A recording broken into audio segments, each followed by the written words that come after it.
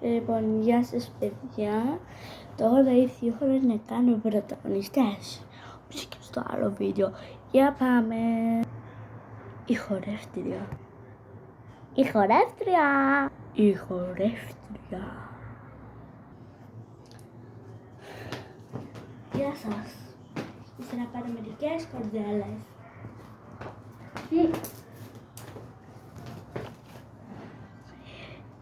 Όλα ισχύουν.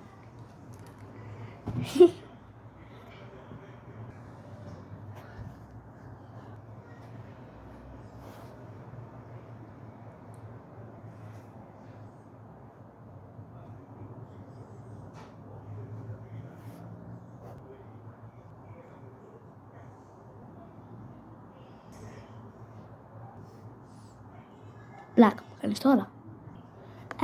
Μην με προσβάλλεις, είμαι πλούσια. Βγάζω την ημέρα 1 λεπτό.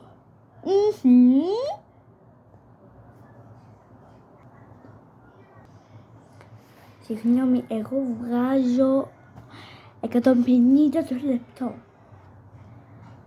Εσείς βγάζετε 1 λεπτό. Τον ένα μήνα.